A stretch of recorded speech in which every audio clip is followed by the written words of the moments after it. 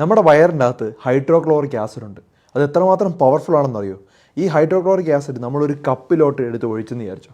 ഈ കപ്പിൽ വെച്ചതിന് ശേഷം നമ്മുടെ ഒരു പല്ല് അതിൻ്റെ അകത്തോട്ട് ഇട്ട് വെച്ച് കഴിഞ്ഞാൽ കുറച്ച് നേരം കഴിയുമ്പം അത് പല്ല് തന്നെ പൊടിഞ്ഞു പോകും. അത്രമാത്രം പവർഫുള്ളാണ് ഈ ഹൈഡ്രോക്ലോറിക് ആസിഡ്. അപ്പോൾ നമ്മൾ ആലോചിക്കും, ഈ വയറിൽ ഇത് കിടക്കുന്ന സമയത്ത് നമ്മുടെ വയറിന് എന്തുകൊണ്ട് ഡാമേജ് ഉണ്ടാക്കുന്നില്ല എന്ന് നമുക്ക് കരുതാം. അത് നമുക്ക് ഗ്യാസ്ട്രിക് മ്യൂക്കോസ എന്ന് പറഞ്ഞൊരു പ്രൊട്ടക്ഷൻ ഉണ്ട്. അതായത് നമ്മുടെ ആ ഒരു വയറിലുണ്ടാവുന്ന ആ മസിൽ വളരെ പ്രൊട്ടക്റ്റഡ് ആണ്. അതിൻ്റെ പുറത്ത് പല പല ലെയറുകളുണ്ട്. ഈ ഗ്യാസ്ട്രിക് മ്യൂക്കോസ എന്നുള്ള വളരെ സുരക്ഷിതമായിട്ടുള്ള പ്രൊട്ടക്ഷൻ നമ്മൾ എങ്ങനെയാണ് തകർക്കുന്നത് അറിയോ?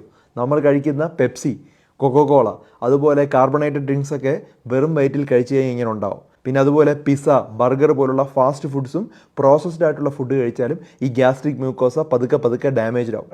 നല്ലവണ്ണം പ്രൊട്ടക്ഷൻ നമുക്കുണ്ട്. അത് നമ്മൾ കേടാക്കുമ്പോഴാണ് ഇത്തരത്തിലുള്ള പ്രശ്നങ്ങൾ ഉണ്ടാകുന്നത്.